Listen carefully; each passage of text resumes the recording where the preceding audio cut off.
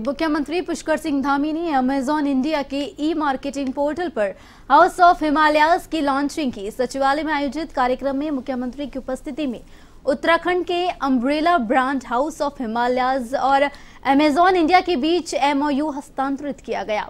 इस अवसर पर पुष्कर सिंह धामी ने उत्तराखंड के स्थानीय उत्पादों की खरीदारी भी की।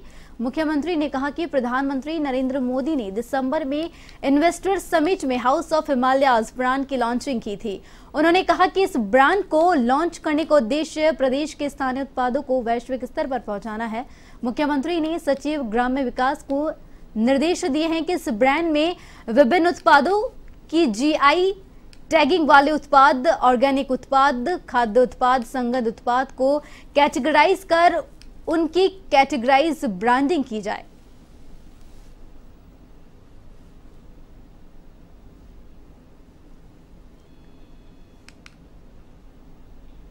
मंगलौर उपचुनाव के चलते शुक्रवार को केंद्रीय राज्य मंत्री कृष्णपाल गुर्जर भी रुड़की के निजी होटल पहुंचे और प्रेस कॉन्फ्रेंस को संबोधित किया।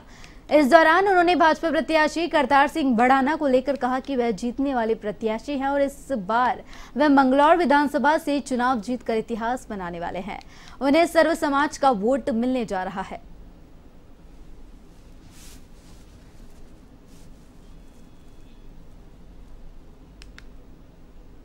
मंगलौर और बद्रीनाथ उपचुनाव को लेकर बीजेपी और कांग्रेस ने अपनी पूरी ताकत झोंक दी है। कांग्रेस के बड़े नेता जल्द प्रचार करने यहां आ सकते हैं। पार्टी के प्रदेश उपाध्यक्ष सूर्यकांत दसमाना ने कहा कि प्रत्याशियों ने सचिन पायलट की डिमांड की है और जल्द ही सचिन पायलट चुनावी प्रचार प्रसार करने इन दोनों सीटों पर आ सकते हैं।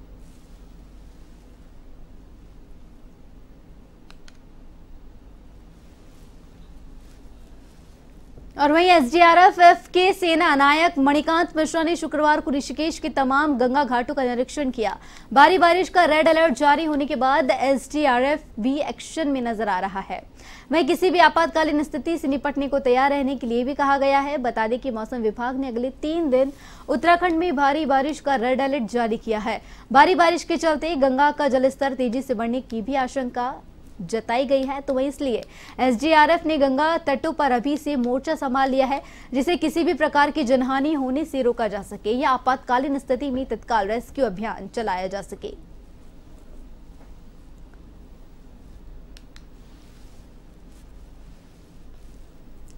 की बात को ध्यान में रखते हुए, क्योंकि मानसून के आने से कई जगह ऐसी घटनाएं हुई हैं जिसमें कि अचानक पानी का स्तर बढ़ गया है और जो बरसाती नाले हैं उनके आसपास भी अगर कोई गाड़ी खड़ी रही है या कोई आदमी रहा है वो फंस गया है, उसको ध्यान में रखते हुए जहाँ जहाँ हमारी पोस्ट है उनको सचेत किया जा रहा है। इसीलिए आज मैं इधर आया और अपनी पोस्ट को और जो यहाँ जल पुलिस लगी हुई है, जिले की पुलिस लगी हुई है, उनसे हमने बात की, उनकी अगर कोई समस्या है वो समझी और क्या क्या ध्यान रखने वाली चीज़ें हैं वो उनको बताया। सर, बीन नदी में भी पानी आ गया है। आज सुबह देखा गया है कि खतरे पे लेकर लोग वाहन पार कर रहे हैं, तो ऐसे को लेकर प्रशासन क्या नियम निकालेगा? वो हमारे एसडीआरएफ के जवान भी और जिला पुलिस के द्वारा उन लोगों को सूचना दी गई थी सुबह ही कि यहाँ से गाड़ियाँ हटा लें और मैक्सिमम गाड़ियाँ वहाँ से हटा दी गई हैं और जल स्तर बढ़ रहा है, जिसके कारण से वहाँ सभी गाड़ियाँ। उत्तराखंड के पर्वतीय इलाकों में भारी बारिश होने की संभावना है। खासकर कुमाऊं क्षेत्र के जिलों में भारी से भारी बारिश होने की आसार है।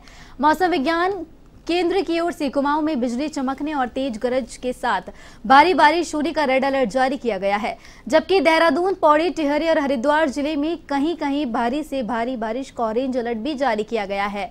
उधर उत्तरकाशी, चमोली और रुद्रप्रयाग जिले में गर्जन के साथ तेज बारिश का येलो अलर्ट जारी किया गया है। अगले 4 दिन प्रदेश भर में कई दौर की तेज बारिश होने की संभावना है।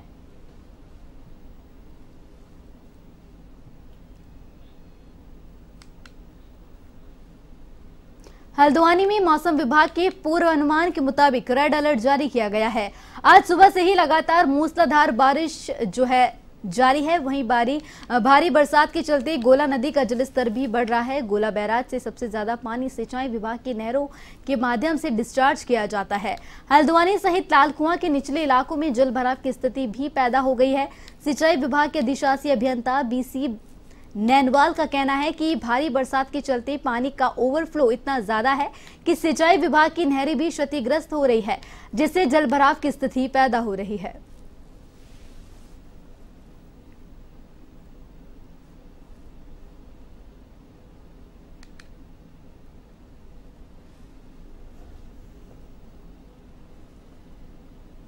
विभाग द्वारा रेड अलर्ट घोषित किया गया है। इसके तहत सिंचाई विभाग अलर्ट मोड में है। हम लोग सुबह से लगे हुए हैं। गौला बैराज का जलस्तर लगातार बढ़ रहा था, बीच में अभी थोड़ा कम हो गया है। जैसा कि हल्द्वानी का मैक्सिमम पानी नहरों के थ्रू लाल कुआं के होते हुए जाता है। लाल कुआं नहरों की कैपेसिटी उतनी नहीं रह गई है जितने हिसाब से पानी आ रहा है, जिसके कारण कुछ जगहों पर नहरें ओवरफ्लो हो रही हैं, कुछ जगहों पर नहरों में आंशिक क्षतिग्रस्त हो रही है।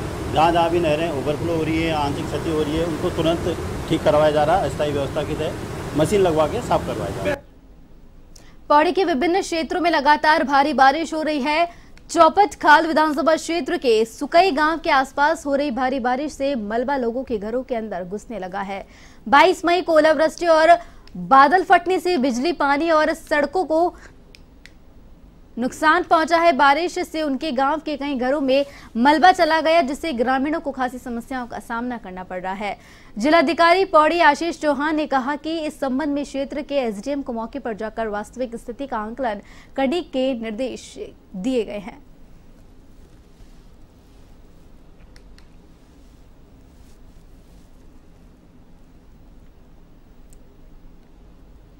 जो डिजास्टर के थे वो भी माननीय जिलाधिकारी जी को प्रेषित कर रखे हैं।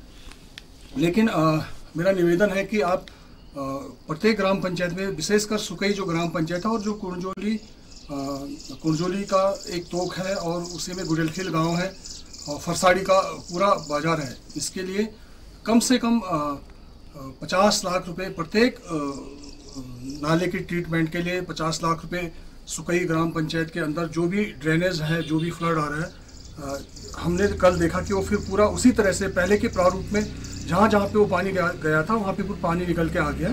तो किसी एजेंसी को, चाहे वो राजकीय सिंचाई, उसके लिए एजेंसी आप निर्धारित करें या उसके लिए आप पीडब्ल्यूडी को एजेंसी निर्धारित करें।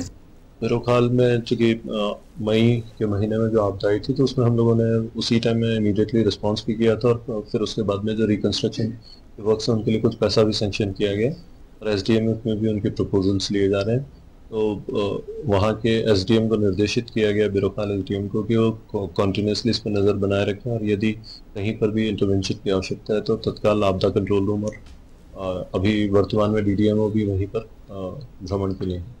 पहाड़ों में लगातार हो रही भारी बारिश से बीन नदी उफान पर है, जिससे वाहनों की आवाजाही में खासी परेशानियों का सामना हो रहा है। लोग अपनी जान खतरे में डालकर वाहनों से नदी पार करने को मजबूर है। बैराज चीला मार्ग पर पड़ने वाली बिनाल का जलस्तर लगातार उतार चढ़ाव पर है।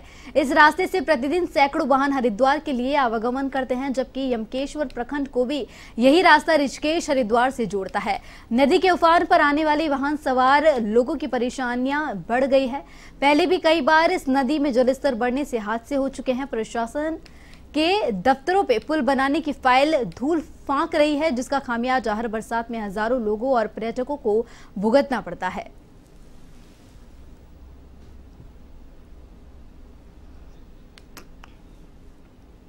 प्रदेश में बीते कई दिनों से हो रही भारी बारिश के बीच मौसम विभाग ने 5 और 6 जुलाई के लिए प्रदेश के कई हिस्सों में भारी बारिश का रेड अलर्ट जारी किया है। खासकर कुमाऊं के अधिकांश हिस्सों में भारी बारिश का रेड अलर्ट जारी किया गया है। वहीं गढ़वाल क्षेत्र में भी अधिकांश हिस्सों में भारी बारिश का ऑरेंज अलर्ट 24 से 48 घंटे तक जारी रहेगा। मौसम विभाग के निदेशक विक्रम सिंह ने कहा कि भारी बारिश के चलते आम जनता को सतर्क रहने की खास जरूरत है।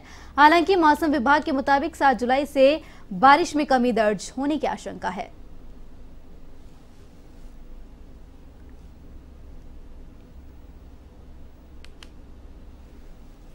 जो कुमाऊं के डिस्ट्रिक्ट उनको रेड में हमने रखा है, वार्निंग में, और जो गढ़वाल के डिस्ट्रिक्ट में अभी बोले आपको बताए उसमें ऑरेंज अलर्ट हमने रखा हुआ है। तो 5 और 6 में ये चीज़ें रखी गई है। तो यही हमारा वो है कि जो आवागमन कर रहे हैं लोग जो है वो देखेंगे कि जो है बहुत सावधानी से मूवमेंट करना है और ज़रूरी नहीं हो तो अवॉइड करना चाहिए।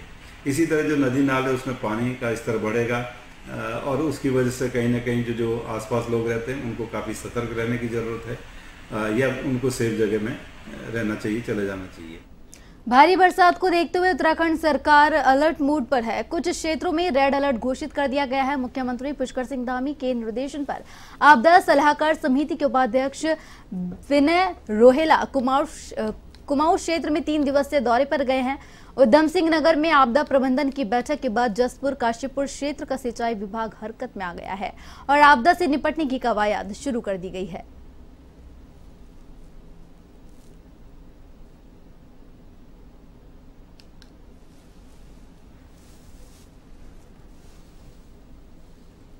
जो बाढ़ चिन्हित क्षेत्र है तो उसमें हमने जाके देखा, ये ग्राम है राजपुर, तो राजपुर में आगे देखा तो राजपुर में गांव डूब जाते हैं और ये आप देख ही रहे हैं पूरी नदी ऐसी आती है और पूरी कटान हो रहा है और अब बगल में नादई है और यहाँ पर स्कूल के बच्चे वगैरह हैं, इनके रेस्क्यू करना पड़ जाता है। कभी कभार स्कूल बच्चे पढ़ के आते हैं, उनको निकालना पड़ता है।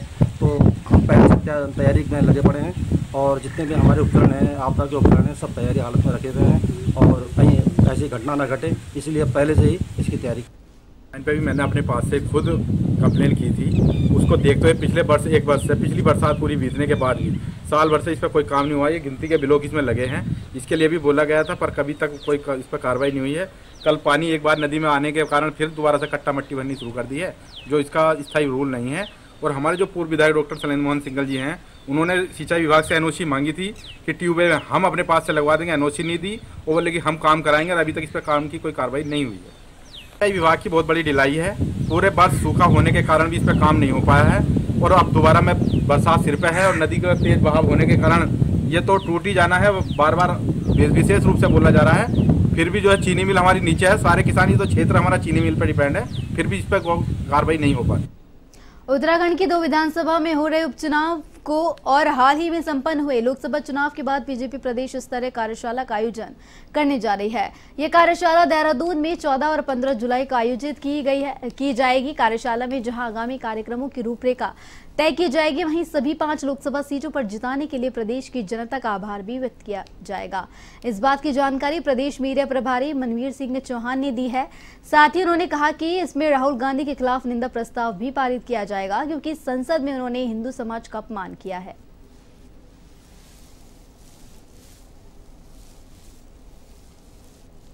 भारतीय जनता पार्टी की लोकसभा चुनाव के बाद पूरे प्रदेश भर की एक बहुत बड़ी बैठक देहरादून में 14 और 15 जुलाई को होने वाली है और जिसमें करीब हमारे 1200 से भी अधिक पदाधिकारी शिरकत करने वाले हैं। और भारतीय जनता पार्टी के द्वारा लोकसभा चुनाव के बाद मतदाता अभिनंदन का कार्यक्रम आयोजित होना है। जिन मतदाताओं ने नरेंद्र भाई मोदी जी को तीसरी बार प्रधानमंत्री बनाने के लिए अपना मतों का प्रयोग किया, उसके लिए धन्यवाद। पूरे उत्तराखंड की जिस प्रकार से 5 सीटें हमने जीती, उसका सबसे पहले धन्यवाद किया जाएगा। खबर दिनेशपुर से है, जहां सुंदरपुर गांव से कुंदन नगर के भाखड़ा नदी में बड़े लंबे इंतजार के बाद एक 16 लाख से निर्मित राब्ता पुल का निर्माण कराया जा रहा है, जिसको लेकर नेताओं में घमासान मचा हुआ है। एक पक्ष 16 लाख से बन रहे पुल को घोटाले का नाम दे रहा है, तो वहीं दूसरे पक्ष का कहना है कि पुल का निर्माण कार्य अभी 70% हुआ है, 30% अभी बाकी है। उससे पहले आरोप लगाना गलत है। इसके अलावा ग्रामीणों ने पुल से कुछ दूरी तक सीसी सड़क निर्माण की भी मांग की है।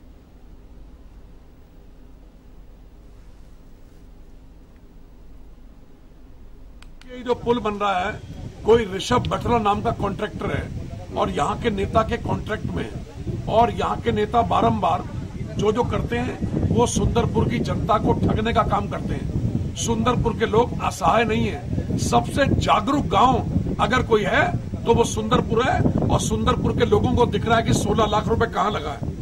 सिर्फ और सिर्फ जो पुल बन रहा है वो ठेकेदारों के हितों के लिए बन रहा है। आज जाने का 14 मीटर लंबाई है इसकी और जो इसके जो बिना जीएसटी के 16 लाख की किसी कॉस्ट है।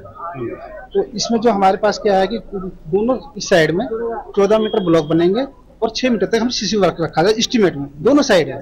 और उधर भी आपने देखा मिट्टी हमने दोनों तरफ कर दिया। काम तो हमारा चल रहा था, लेकिन ग्रामीण के विवाद की वजह से काम हमारा रुका 15-20 दिन। अगर काम हमारा विवाद ना होता तो हमारा आज ये जो रफ्ता पुल है कम्प्लीट हो जाता। लेकिन थोड़ा मैं ये भी कहना चाहूंगा कि ये रपटा पुल है, ना कि पुल है। ग्रामीण ये सोच रहे कि ये पुल है, लेकिन रपटा पुल का मतलब है बारिश में जब पानी ओवरफ्लो होगा वो रपटा पुल से ऊपर जाएगा। ये जब पानी कम होगा तो आप इसके ऊपर से आवाजाही कर सकते हैं। ये जो ग्रामीणों का आरोप है कि जो इसकी तो आप गुणवत्ता चेक करा लो, ऐसे कोई गुणवत्ता कुछ नहीं है, गुणवत्ता बिल्कुल सही। और ऋषिकेश के इंद्रमणि बडौनी चौक और नगर निगम ऋषिकेश के सामने से संचालित होने वाले वाहन चालकों के बीच विवाद हो गया। दोनों एक दूसरे पर आरोप प्रत्यारोप लगाते हुए नजर आए, जिसके बाद विवाद ऋषिकेश कोतवाली तक पहुंच गया। दरअसल वाहन चालकों का आरोप है कि नगर निगम ऋषिकेश के बाहर से वाहनों की डग्गामारी हो रही है, जिससे उनकी रोजी रोटी पर प्रभाव पड़ रहा है। जबकि नगर निगम के बाहर से संचालित होने वाले वाहन चालकों का कहना है कि पिछले 4 दशक से वह अपने वाहनों को नगर निगम के बाहर से संचालित कर रहे हैं। यह वाहन डाडन मंडल की सवारी को लेकर जाते हैं। इसके अलावा अन्य कहीं की सवारी को वह नहीं उठाते। उन पर लगाए जा रहे आरोप बेबुनियाद है। इस मसले को लेकर विवाद बढ़ता हुआ नजर आ रहा है।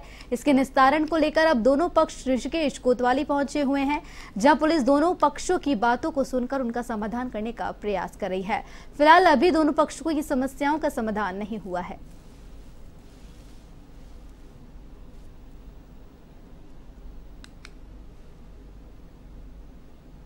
दो दिनों पहले जो यहाँ पे ऋषिकेश की नटराज की टैक्सी यूनियन है वो यहाँ पे आके बोल रहे हैं कि यहाँ की गाड़ियाँ हमको सरकार संचालित नहीं होगी।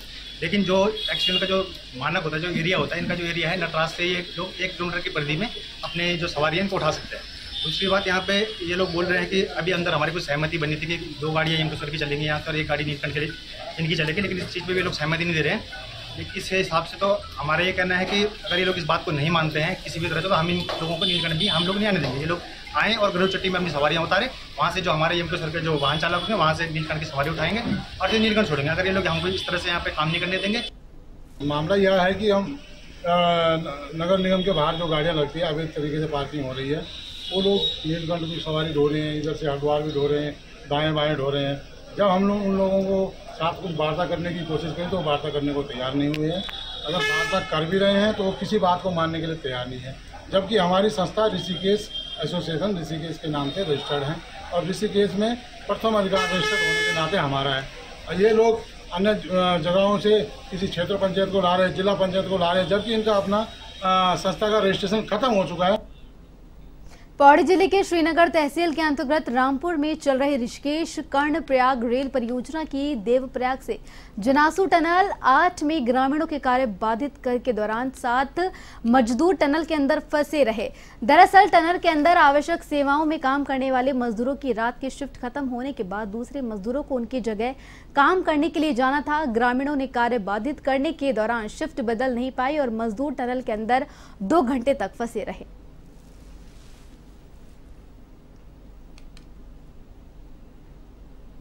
रामपुर तहसील श्रीनगर क्षेत्र अंतर्गत इसमें सूचना प्राप्त हुई और श्रीमान उपजिलाधिकारी महोदय के द्वारा मुझे आदेशित किया गया। मैं मौके पर आया।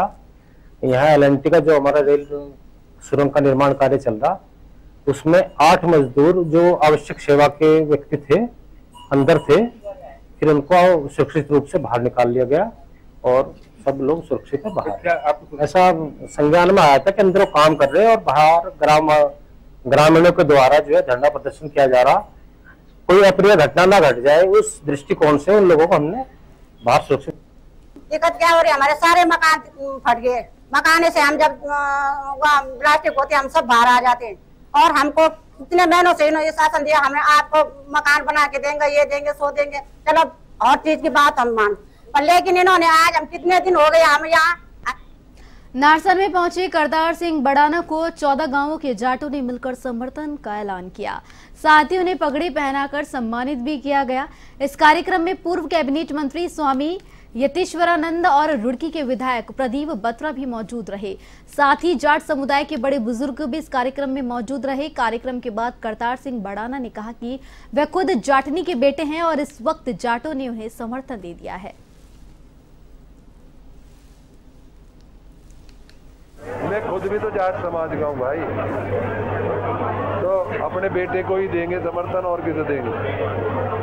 क्या लग रहा है पहले हाथी और अरे ऐसा है, अगर कोई घर पे आता है तो हमारी ये रीत है कि कोई घर पे आता है उसे खाली हाथ नहीं भेजते, तो 2-4 वोट का कह। जनपद उधम सिंह नगर में खटीमा के खड़ंजा मार्केट में हो रहे अतिक्रमण को लेकर नीरज रस्तोगी के नेतृत्व में व्यापारियों ने एसडीएम रविंद्र सिंह बिष्ट से मुलाकात कर आपत्ति जताई। साथ ही फड़ और ठेले व्यवसायियों और वाहनों द्वारा रोड पर किए जा रहे अतिक्रमण को तत्काल हटाने की मांग की। व्यापारियों ने कहा कि अतिक्रमण की वजह से ग्राहकों, राहगीरों, एम्बुलेंस और फायर सर्विस के वाहनों को आने जाने में काफी असुविधा होती है। साथ ही परमानेंट व्यापारियों का व्यापार भी प्रभावित होता है। वहीं एसडीएम रविंद्र सिंह बिष्ट ने बताया कि पूर्व में भी अतिक्रमणकारियों को अतिक्रमण न करने की हिदायत दी गई थी, लेकिन वह उसका अनुपालन नहीं कर रहे। देखिए, आप एक लिमिट में ही वहाँ पर अपनी उसको मोबाइल तरीके से उसको चलाएं अपनी दुकानें, ये फड़ वगैरह, लेकिन उनके द्वारा इनका अनुपालन नहीं किया जा रहा। लिहाजा इसमें हम आप छापेमारी करेंगे और देखेंगे कोई भी हमारे दुकानदार ऐसे प्रभावित ना हो जिनके व्यवसाय में इनके कारण व्यवधान उत्पन्न हो रहा है। अब क्योंकि नगर पालिका ने कोई वेंडिंग जोन अभी तक दे नहीं पाए हैं, लिहाजा हम इनको पूरा भी नहीं रोक सकते, लेकिन एक व्यवस्थित रूप में जिससे जाम भी ना लगे, अगर कोई फायर की घटना होती है हमारी गाड़ियां भी वहां पहुंच सके और हमारे जो दुकानदार परमानेंट हैं उनके भी व्यवसाय में कोई व्यवधान उत्पन्न हो। मुलाकात होने के बाद उन्होंने पहले भी जब अभी छुट्टी में थे तो उन्होंने लगातार कार्रवाई करते रहे और तत्काल व्यवस्था जो उन्होंने की थी वो की है, लेकिन आज वो मौके पर खुद आने के लिए उन्होंने आश्वासन दिया है।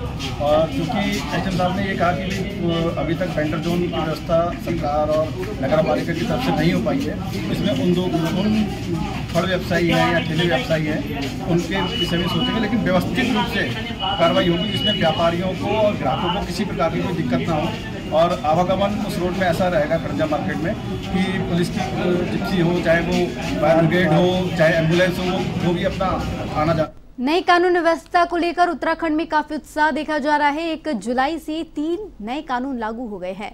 साथ ही आईपीसी, सीआरपीसी और आईईए की धाराएं गुजरे जमाने की बात हो गई है। इनकी जगह अब भारतीय न्याय संहिता, भारतीय नागरिक सुरक्षा संहिता, भारतीय साक्ष्य अधिनियम ने जगह ले ली है। इस पर अमल करते हुए पुलिस विभाग ने कार्य के साथ साथ जागरूकता अभियान भी चला रखा है, जिसमें नए कानूनों के फायदे जनता को बताए जा रहे हैं, जिसमें 0 एफआईआर के तहत पुलिस में ऑनलाइन शिकायत दर्ज कर सकते हैं। इसका सबसे बड़ा फायदा यह है कि पीड़ित किसी भी थाने में अपनी रिपोर्ट दर्ज करवा सकता है। बाद में वह थाना इस एफआईआर को संबंधित थाने को 15 दिनों के भीतर इंस्पेक्टर या सीनियर इंस्पेक्टर स्तर का अधिकारी इसको ट्रांसफर करेगा। जीरो एफआईआर तो आपको पता है, जैसे कि पहले से भी ये चल रही है। जीरो एफआईआर का यही है कि सिस्टम की पहले से ही आप कहीं पर भी किसी भी पुलिस स्टेशन में आप कोई भी कॉग्निजेबल ऑफेंस हुआ है तो आप उसकी एफआईआर लिखवा सकते हैं। तो उस स्टेशन एसएचओ की या एसओ की जिम्मेदारी होगी कि वो आपकी एफआईआर को दर्ज करे, और अगर वो जीरो एफआईआर में दर्ज होती है तो उसमें सबको दर्ज वो एफआईआर करनी होगी, जो एक तरह से अब इंक्लूड। तो बुलेटिन में फिलहाल के लिए इतना ही। मुझे दीजिए इजाजत। नमस्कार।